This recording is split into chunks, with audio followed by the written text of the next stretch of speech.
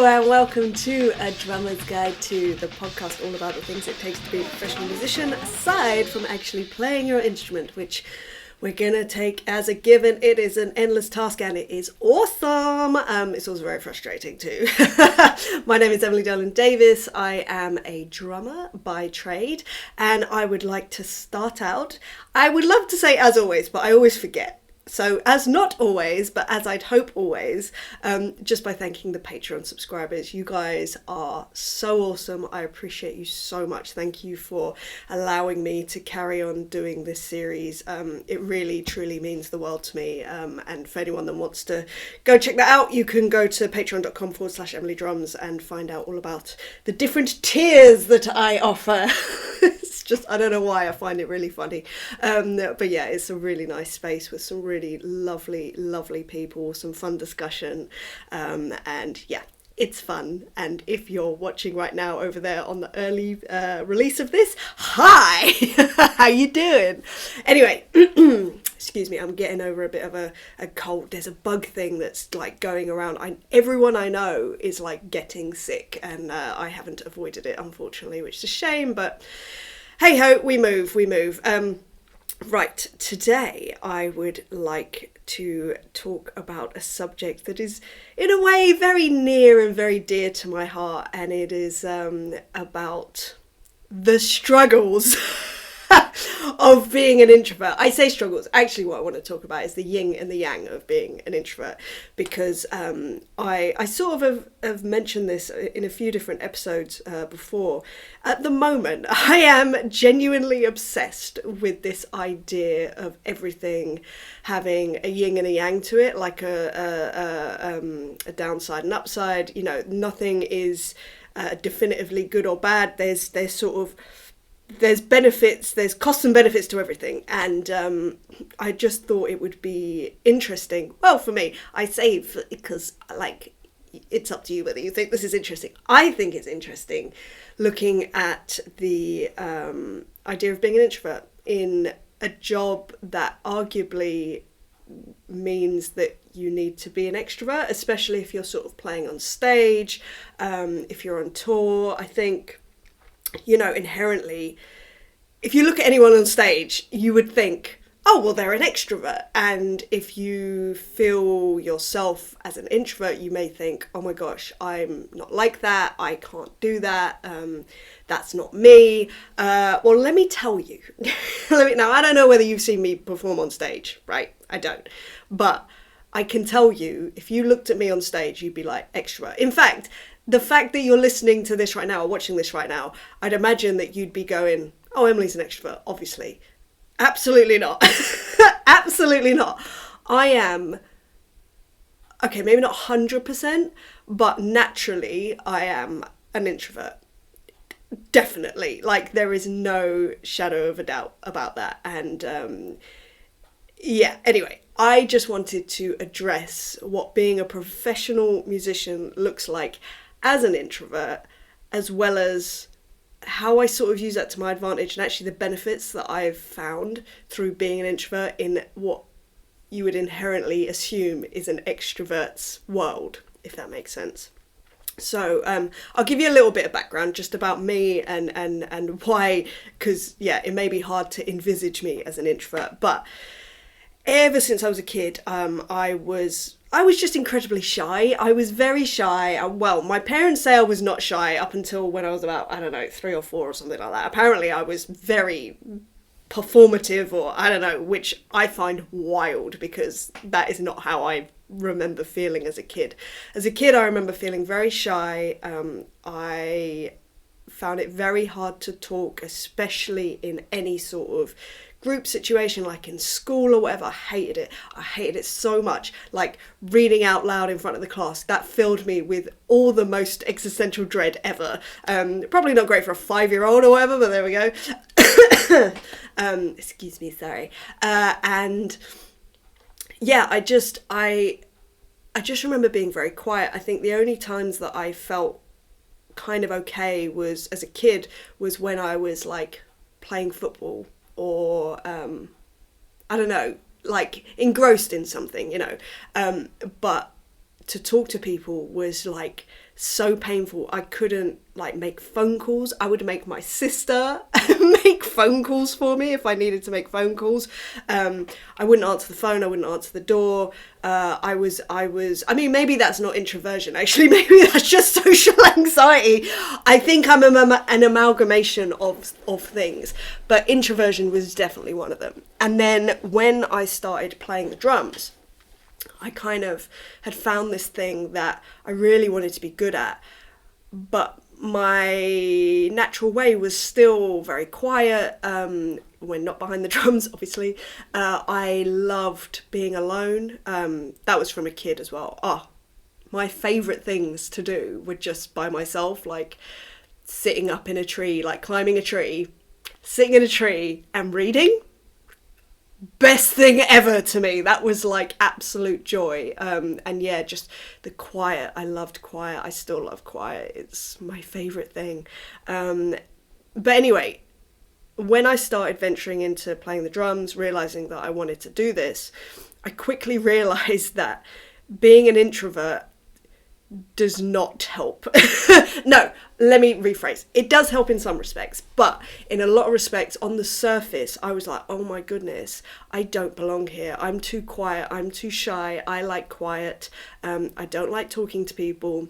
And I've mentioned this in a recent episode.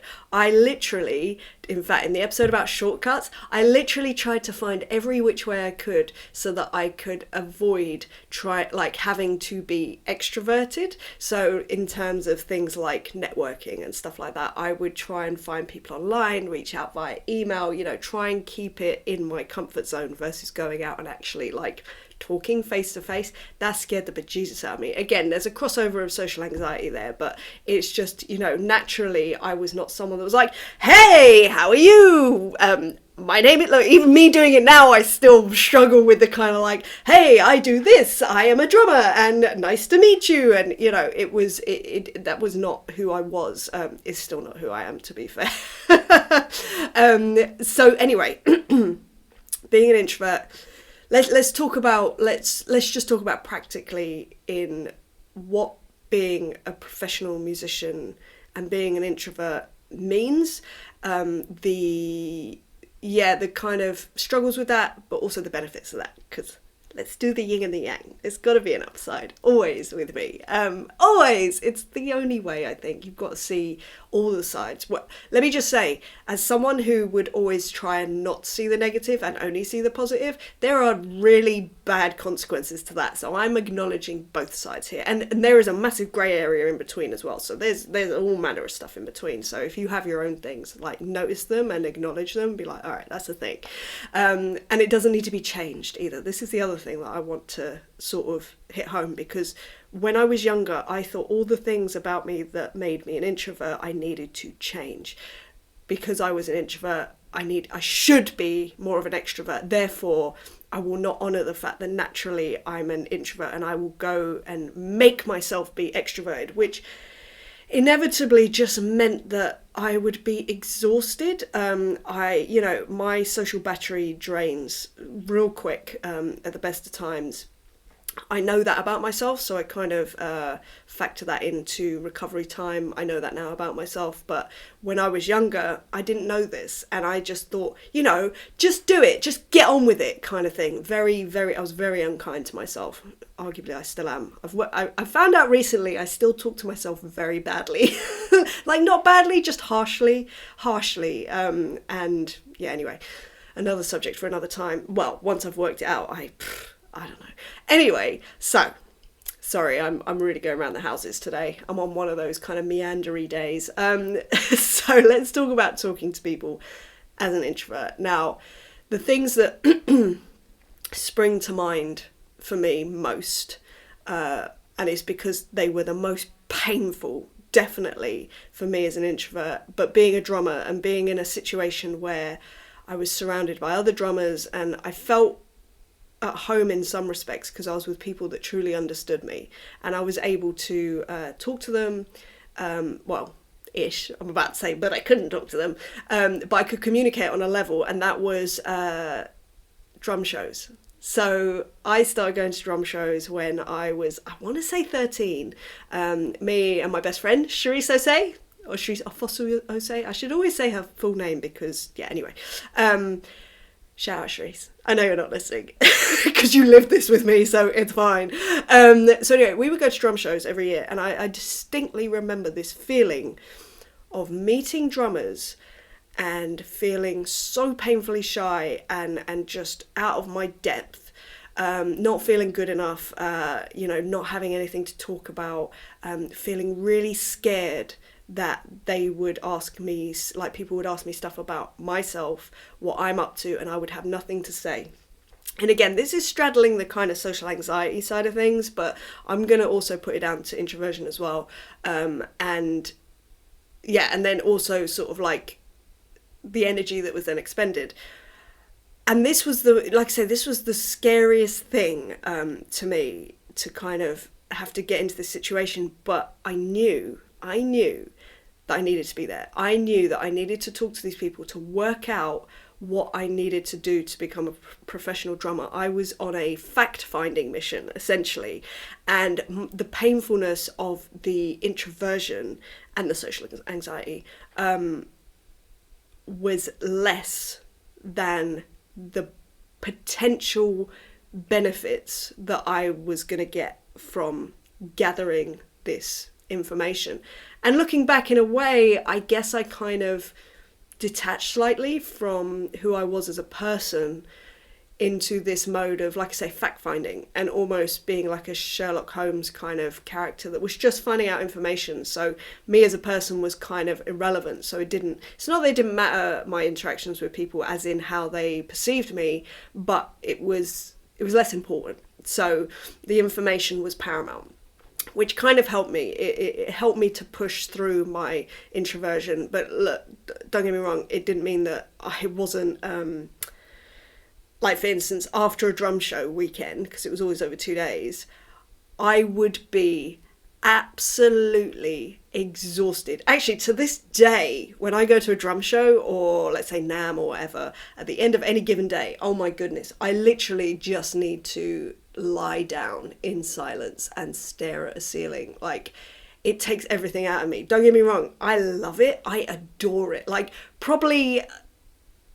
maybe not unhealthily, but like I adore the whole situation, speaking to people, meeting new people, catching up with old friends. I love it so much. But my natural introvert personality definitely gets a bashing, and I need to take that into account after any sort of like social engagement like that. Just knowing what I know about myself. So yeah, but with with these sort of excuse me, I'm so sorry about this. With these downsides of being an introvert in an extroverted situation where there's so many people and chatting there are definitely benefits. And I worked this out very early on. And again, this is partly social anxiety, but it's definitely partly introversion, is I would deflect. And what I mean by that is I would deflect people from asking me about me, and what that would look like is I would ask people about themselves and what they're up to, and who they are, and just finding out about the other person. And for me, I am naturally fascinated by people anyway, and their experiences in life, and their strengths, their struggles, their goals, their dreams, their what they're passionate about, And obviously, in a drum show situation, we're all in that room with a very, very defined passion in common, which is hitting things with bits of wood. It's the best thing ever. How could you not enjoy that? But anyway, I would therefore become engrossed in that person, and look, I am someone that well, these days I share way too much. I don't know whether you've noticed. I'm an oversharer, but I do for some reason have a knack of getting to not the core of someone, but I certainly can bring out those passionate things that people have, and I love it. It's my favourite thing to see someone talk passionately about something that they love, and I don't care what that is. That can be drums, that can be music, that can be accountancy. Like, honestly, I've spoken to people who are accountants who love being accountants, and I listen to them and I'm captivated. I love it. It's just, there's nothing more beautiful than seeing someone who just loves something. Like, it's the best thing ever. So anyway, I learned that doing that in a networking situation really settled my introversion and actually helped, because people felt listened to. You know, it was just creating a relationship with someone, creating a friendship with someone. And I think sometimes, as I've seen it, and again, this can actually come out a lot because of social anxiety as well, if someone is more extroverted but they're socially anxious, as I was, they will sometimes talk about themselves because they're feeling insecure or whatever, and sometimes that's very hard to connect with. So it actually loses a connection with people, which is kind of ironic, because you would think that the person that is so introverted would struggle with connecting with people, but actually I've found the reverse is true. I'm not saying that's right in every situation, not at all, and obviously everyone has their own personality and combination of kind of like personality traits, but that's just kind of what I've seen in my limited experience on this planet, obviously. But the introversion that I have has definitely helped me with networking, with making new friends, and yeah, I'm just smiling because I do think, you know, there's a very small cohort of people that clock me when I do this, when I talk just about the other person, and sometimes they call me out on it. It's interesting because instantly I'm like, are you introverted? Either that or are you an empath? That's the biggest one I'm finding recently. Like, in fact, I should do an episode about empaths, because I think there's great strength in being an empath, but yeah, there's a lot of downfalls with that as well. But anyway, that is another subject for another time. Sorry, I've already started thinking about that. That's interesting. That is interesting. Anyway, introversion. Let's stick on this topic. So there's definitely, there's benefits and there's costs to being an introvert when it comes to networking. And if you are introverted, I'd say like plan for your social battery to be drained. Maybe like set a time limit on when, say you're out in a social situation like that, set a time limit so you know that you can sort of like, there's an end goal. I find that useful, definitely. And then if I'm sort of into it and enjoying it, that's just a bonus. But kind of like I try and strive for I'm allowed to leave by XYZ. Also, I'm someone that works very well with rules for myself, which, again, I'm sure there's something very wrong about that, but it works for me, so it's kind of fine. For now, at least. Maybe it will change. In fact, I'm sure it will change, because we're all changing all the time. All right, so another sort of key characteristic, if you like, for introverts, or I should only really talk about myself as an introvert, because obviously I ain't no scientist, not even slightly, but another thing that I've noticed, and again it sort of leads off the back of the networking thing, is alone time. And this can be straight after a social event, or just generally. I'll be honest, like, I'd say my favourite time in life is when I'm by myself. I know that probably sounds, I don't know what that sounds like, and actually, do you know what, it doesn't matter what that sounds like, it's how I feel. My favourite times in life, not 100% obviously, but I'd say, let's go with 80% of my favourite times, favourite moments in life, I've been by myself, and I've been in nature, or I've just, you know what, or not even that, sometimes just driving by myself, and I'm just like, oh, I feel wonderful. And it's just, that is my time that I really recharge. You know, even if I'm not sitting in silence necessarily, I can be listening to a podcast or whatever, but it's just my time to just exist as exactly as I want to. And yeah, I think it's just very important for introverts to have that time to recharge so that we can go back out into the world and yeah, take it on really, and yeah, just have all that energy basically that we might need in an extrovert's world. That's unfair as well to say that, like, it's an extrovert's world. It's not. It's a combo of everything. We need all the things. But so that might sort of sound not great for situations where, say, you're on tour, where you are in the pockets of everyone all of the time. And again, it might seem that being an extrovert is the better option, if you like, on tour. Say you're on a tour bus or whatever, and you know, there's no doubt about it. There's an element of having to be on, as it were, because you're working 24/7 basically, you know, engaging with people, and depending on the situation, you might be on a tour where everyone is new to each other. So, you know, there's a lot of, you know, you have to be very polite with each other, I mean, you have to be polite anyway, you have to be very cautious, not cautious, what's the right word? Like, you have to take others' things into account, make sure that they're okay, and especially if you're like living on a tour bus together, you know, you have to be courteous to each other. And that can take energy, and, you know, just being kind all the time to everyone, I think, is very important. But if you're not naturally extroverted, again, that can drain you, along with actually doing your job, and along with lots of traveling, and all of that can be very difficult. And if you're someone that naturally needs alone time, if you're on a tour bus on tour, you don't got no alone time, let me tell you. But apart from when you're in your bunk, which, you know, it's not, I mean, okay, this has a negative connotation, but I like it.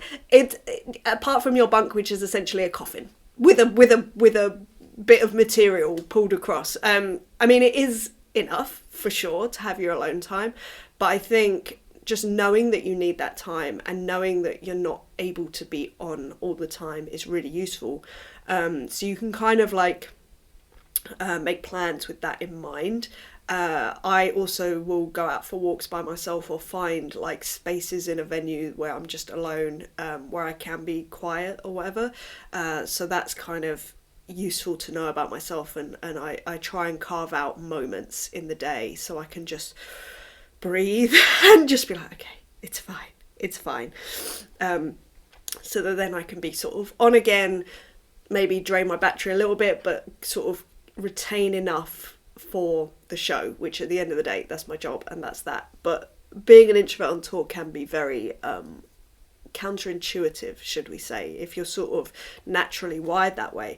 But however, I will say that there are definitely benefits to being an introvert on tour and just working, and that's partly because I found in my, again, limited experience, that the majority of people that I have worked with, musicians that I have worked with, are also introverts. And we might all be putting on this extroverted show, but at our core, we're introverts. And actually, we all enjoy quiet time. We all enjoy solitude. And just knowing that and noticing that and reading the room, as it were, is really useful, because the last thing, let's say for instance an artist, the last thing an artist wants, if they are naturally introverted and they clearly are having a bit of quiet time or just silence, a bit of, they want to be alone, anything like that, if you notice that, that's great. And as a fellow introvert, I find I notice that and I'm like, cool, I'll leave you to it. However, I have seen naturally extroverted people who don't notice this and will bound over to have a conversation, and you can clearly see that the artist is like getting stressed. It's interesting. So I think the kind of understanding between introverts, which, like I said, I think it's creatives generally, because I think that there's something about having that alone time that creates stuff, creates art, in whatever fashion that is. So I think it's a really important component of being a creative person, and you might disagree, and that's totally cool. Each to their own and all that jazz. But I think that whilst there are negatives of sort of like in the working environment where you do need to be on and you do need moments of extroversion where you're interacting with people and, you know, or maybe you've got like guests at a show and you need to be extroverted to entertain them or whatever.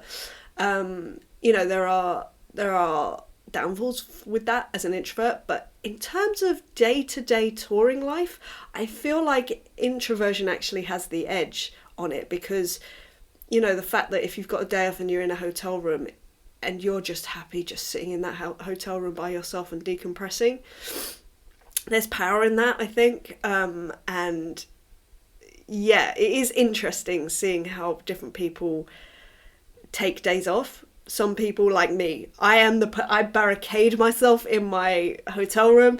If I don't have to see anyone, I'm happy, and it's no shade on the people that I'm on tour with. It does not matter who I'm on tour with. I just like being in my own company for a day and just not having to be on for anyone. I get to just decompress and that's it. And I recharge and then I'm good for the next few days that we're working, and that's great. Yeah, it's my favourite thing on the road to have those moments. Whereas other people, they want to be out, they want to be in whatever city that we're in, or whatever place we're in, and they want to see the sights, they want to be socialising, you know, they come back with stories of meeting new people, like locals, and making friends, and I'm always like, that is amazing, and part of me is like, I wish I was more like that, but then part of me is like, yeah, but I got to spend the whole day by myself and not talk to anyone. It was the best thing ever.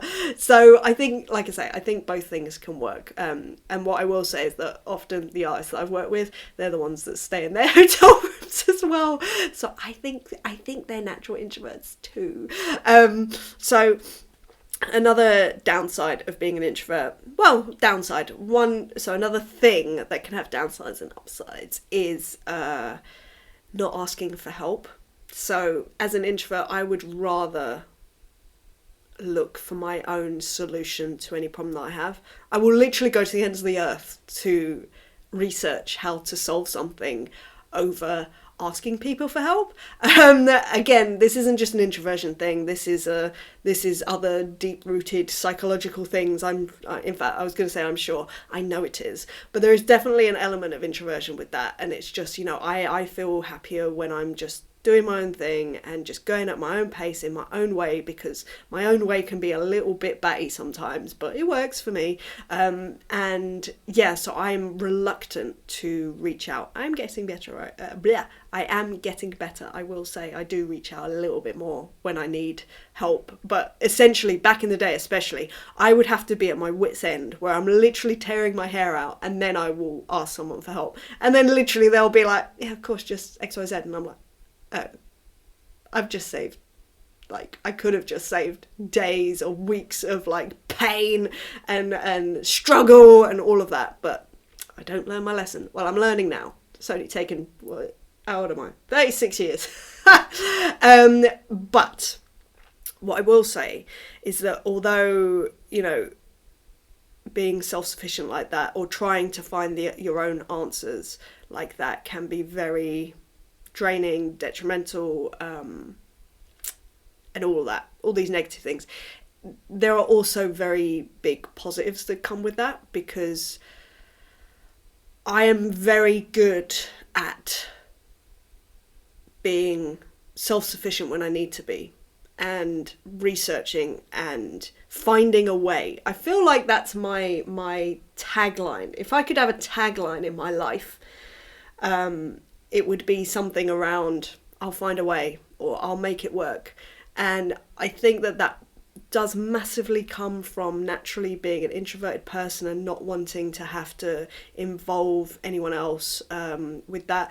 Like I say, there's other psychological elements involved, like feeling embarrassed for not being perfect and not knowing everything, for needing help. There's something around embarrassment around that, or shame around that, which is ridiculous when I look at it logically, because I'm talking about when I very first have started something and I feel embarrassed that I don't know everything. It's ridiculous. Perfectionism is terrible. Turns out. So you know how, I don't know whether you've heard my episode on perfectionism. In fact, I've done 2 now. I thought I had stopped being a perfectionist.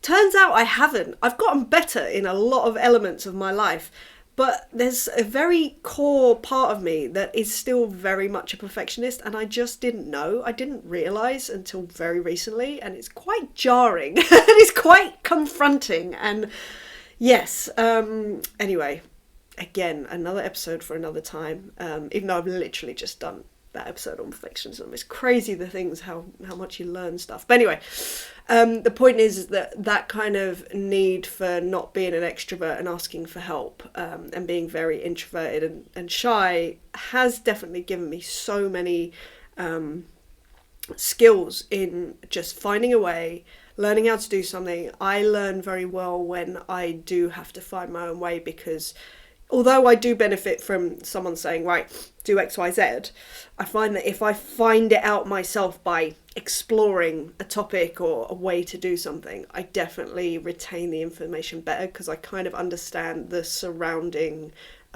context of the thing that I'm trying to do, if that makes sense. And I find that really useful, and I've worked out that is how I learn very well.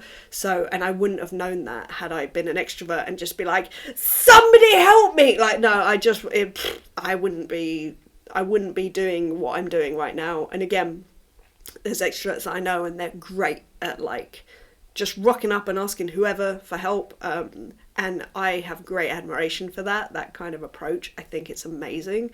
But at the same time, then I do also see the downfall of that, where they may not retain that information because they don't feel they need to. They can just ask someone again, or someone else, or, which is fine. It works. But, I think there's always benefits and costs to both those things. So yeah, I think that kind of makes sense. Maybe. I don't know. Both works. That's what I'm trying to say. So another situation where introversion has definitely been a problem for me is performance on stage. And on stage, or let's say in auditions, because naturally being an introvert, naturally being very shy, for many years I was not able to perform.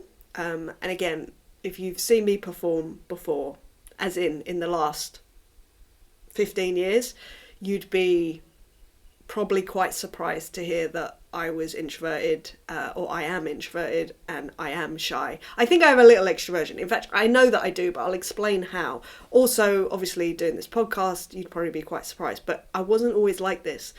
I was, when I would play, for instance, I would play very small. I would play the parts, I would play it, I would make sure I had it down so the parts were perfect while I was playing. But if you were to look at me, all the movements were minimal. I was very much not trying to be open, very,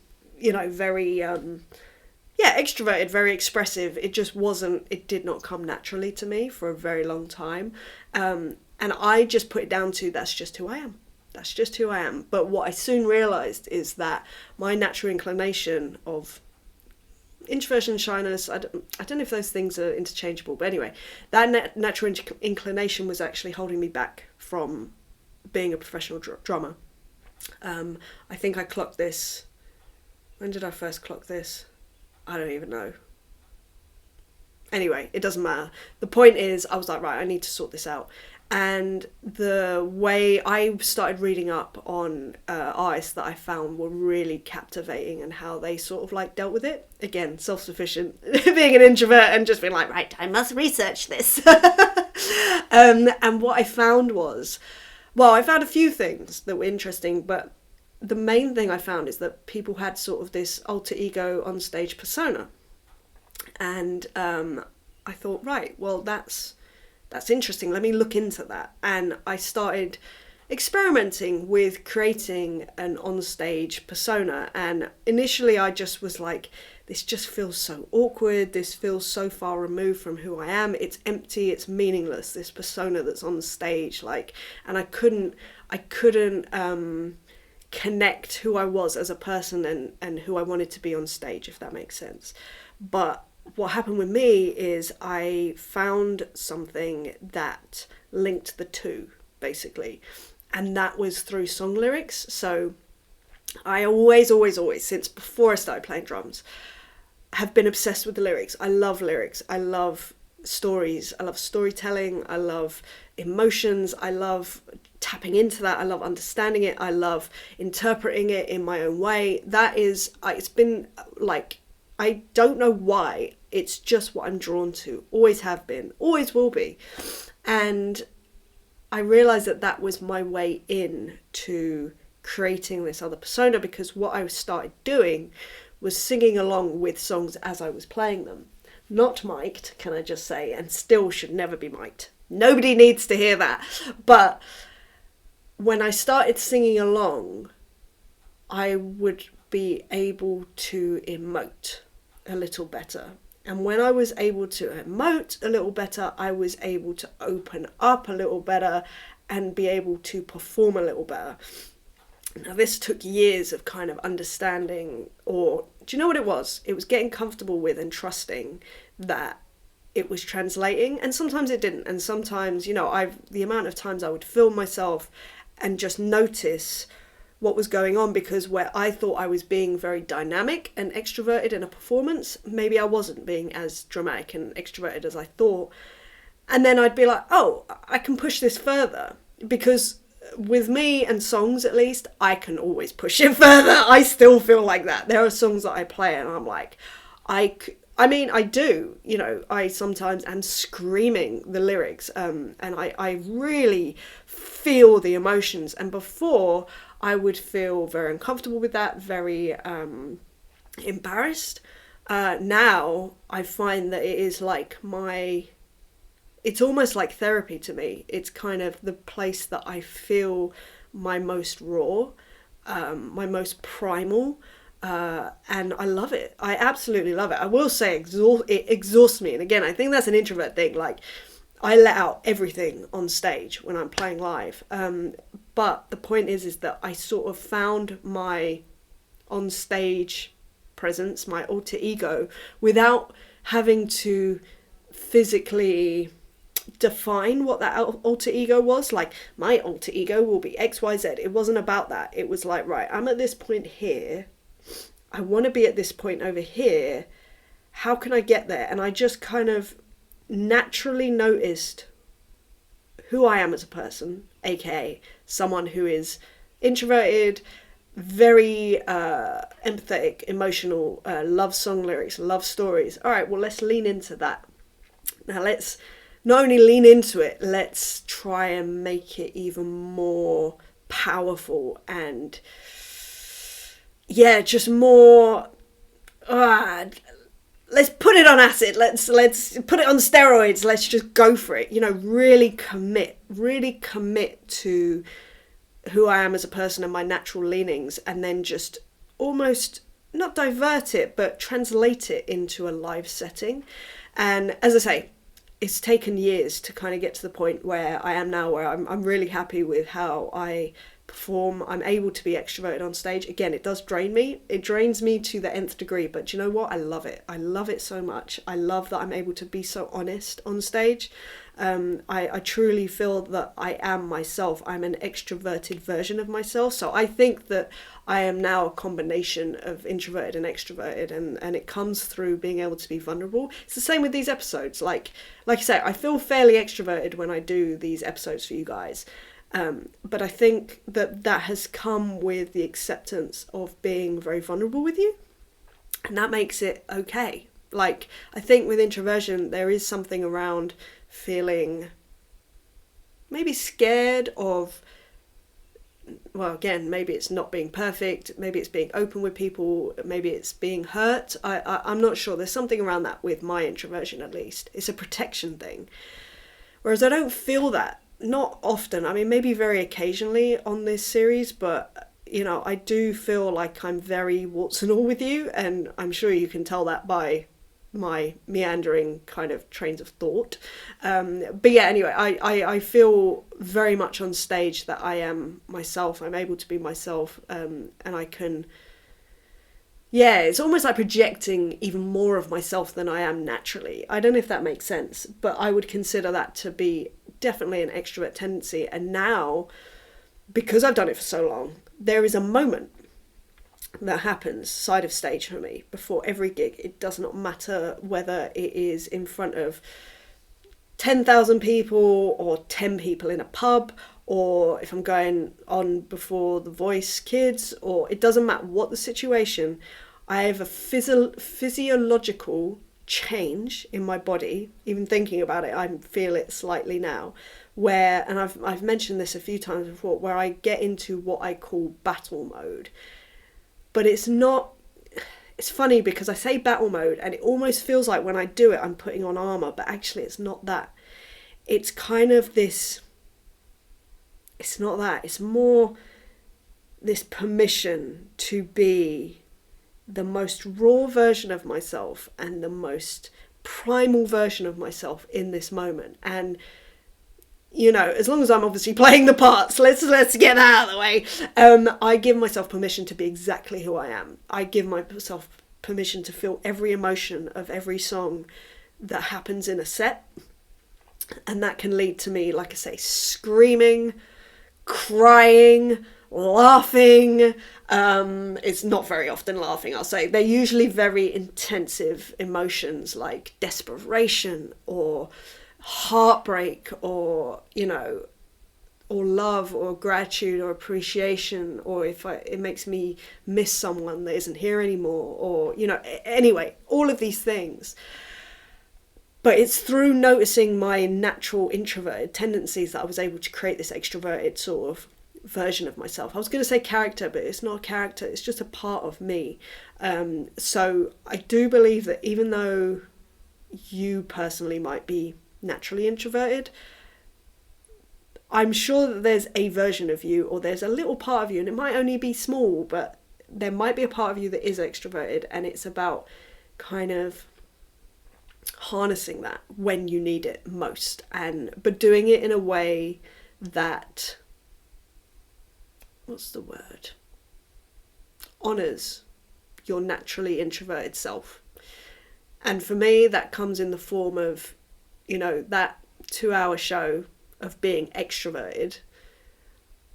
I honour myself by making sure that straight after the show, for instance, I have silent time. I'll be the first one that, for instance, straight off stage on tour, I will be the first one taking a shower, because I just need to...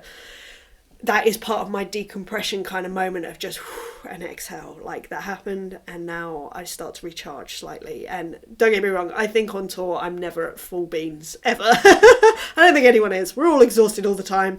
But it definitely helps me. And again, I know this, and I kind of, I just honour that. It's the only way I can describe it, is honouring who I am as a person, which is an introvert, which I know is ironic, as you listen to me, as someone who has been talking to you for, how long? 44 minutes, my goodness. I'm so sorry. I keep doing these long episodes. I don't realise that they're so long, and then I just get lost and I just go down these tangents. I apologise if this is so long for you. And anyway, but the last thing I think I want to say is just... if you are an introvert and you find yourself in an extroverted situation, it's kind of just finding anchors to kind of like settle yourself. And that's things like, just focusing on breathing. I know they're all cliche things. They really are, but they do work. They really, really do. If you feel uncomfortable, if you're like, oh my gosh, and then obviously taking time for yourself just to be the introvert that you truly are. And also normalizing stuff so that, like I say, me going on stage being an extrovert is normalized now. That is not a thing. I don't feel out of my comfort zone. That is my new normal. So again, I think the more you do things, it's the same with networking now. Oh my my God, I love talking to people. I love it. I don't feel uncomfortable. I'm happy talking about myself. I'd much rather talk about you. Obviously, that is my natural inclination. But before I would freak out if someone asked me about me. Now I'm more than happy. I will say I'm still not great in groups, but that's something that I'm working on. I think it will be a continual journey with that. But yeah, I think there are, just because someone is naturally introverted, and if you are, I think that there can be great benefits to that. And although on the surface you'd imagine that being a professional musician you would need to be extroverted all the time, I don't believe that's true. That's not my experience. And actually your introversion is a point of connection with other musicians. I truly believe that. And you can make it work for you. You have those moments of extroversion. And if you need to believe that that's just a different version of you, that's fine. Make it work. Just find a way. You're an introvert. You're used to finding a way and making your path. Like, you can do this too, because the benefits, my career changed when I realised that I needed to be more extroverted on stage, maybe as a person too. Obviously, starting this podcast, doing this podcast has also changed my life, 100%.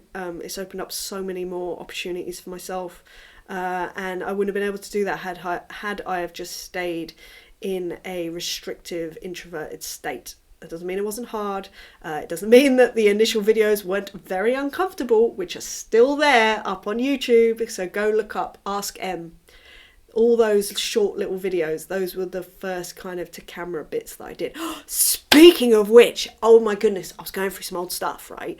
And there was this box from my parents' house. I should have looked through it ages ago, but anyway, I finally got around to looking through it. There is a VHS in there of this thing that I did for the BBC called Tips and Tricks, and it was when I was, I want to say 14, maybe 15. I mean, I've got long drab hair, I've got braces, and I'm basically teaching people to play drums. Like, there were these little, like, I don't even know, like 3-minute segments that were on, I think it was on CBBC, for every day for a week.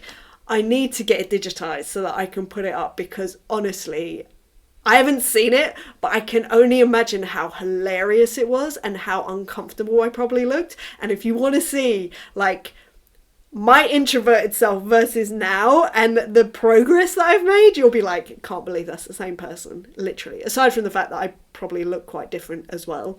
But yeah, it's, oh my gosh, I really need to get it digitized so I can share it with you guys. But anyway, right, I'm going to go. I'm going to love you and leave you on that note. If you enjoyed this episode, as per, you know the sketch, like, share and subscribe. If you're listening on any good podcasting platforms, then please do leave a review. It really helps me out. It really helps bump this up so that other creatives, other musicians can find this, and we can kind of create even more of a lovely community. And if you'd like to be one of the wonderful humans over on Patreon, I would really appreciate it. It means the world to me. You can support this podcast by going to patreon.com/EmilyDrums. It's patreon.com/EmilyDrums. And if you would like to find out anything else about me and get in touch, come say hi or whatever else, you can do so over at EmilyDrums.com. That is EmilyDrums.com. Anyway, I will see you next week for another subject. But yeah, in the meantime, look after yourself, and I hope you're keeping well wherever you are, whatever you're up to. All right, I'll speak to you soon. Bye.